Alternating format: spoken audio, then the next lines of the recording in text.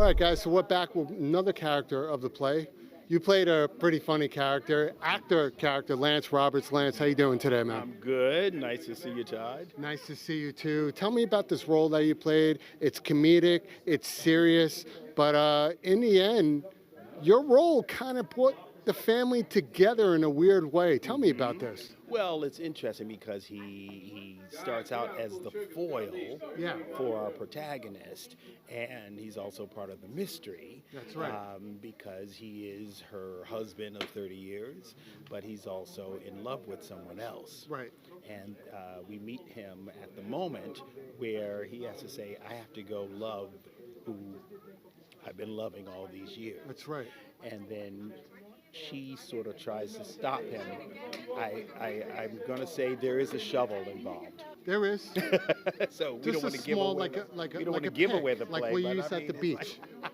Like a pick. But yeah. So it does become, it's a dark comedy, but there are some serious issues about land ownership. That's right. Amongst this family, who happens to be an African-American family in the South in the middle of the 20th century, where it's very important when we think about generational wealth here in the 21st century, it had to start somewhere. Yeah. And that was sort of the beginning. It's sort of fascinating to look back at a time when people had to fight to keep their land in order for those of us now and our children to have land and generational wealth in the 21st century. So it's a fascinating play. And not only about fighting about land, there was a message there. It wasn't really talked about, but it's there.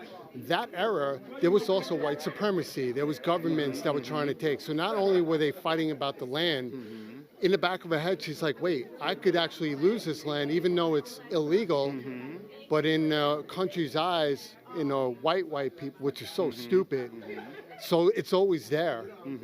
And it's just very powerful. It's well written. Each character had just a simplistic way about you, but when you meld you guys together, it's family. It's like a lot of people's family, no matter what's universal about it. I mean, I love hearing the recognition from the African Americans in the audience. Yeah. But then I was looking at people who weren't African American really responding, because it's a universal thing, because we all got crazy families. It only takes one holiday, right? Listen, I'm Italian and my father's Jewish. Put those two families together. Yes, you got a pizza bagel of craziness happening. Baby, yeah. You know what I'm saying? But I agree with you, because people mock what they don't understand. But if you open your ears and keep your mouth shut, you learn so much about different cultures, and you hit it on the nose. Everybody stood up from all races, and we loved it, and we resonate to it. And what do you think about this going to Broadway? I think that, like, I've been in a lot of Broadway shows, and it's a long road to Broadway. That's right. And I think that every piece has the potential, and I think part of it is finding the true universality of the piece, because, when you talk in Broadway, you're not just talking, a small group of people. You're talking about the world comes there. So you want to find something that when people see it, they recognize it immediately.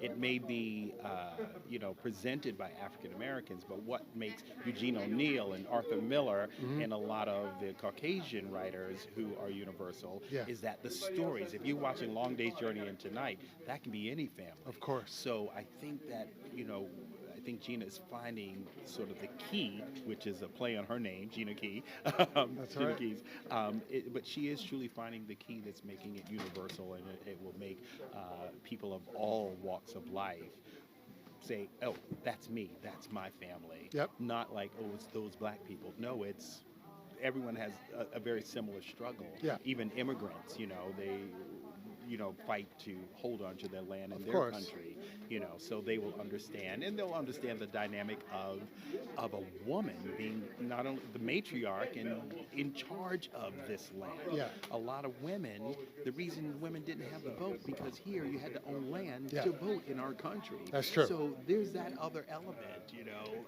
as we look at that. So I think it has some potential to go to Broadway for sure. Well, listen, Broadway right now has got Alicia Keys, and on the piano there are plenty of other keys that has room on Broadway. Yes, exactly. And guys, we're here with Lance Roberts. Thank you, Todd. No problem, at the Lefrak Concert Hall, checking out this great play, Mississippi Land. You guys got to check it out.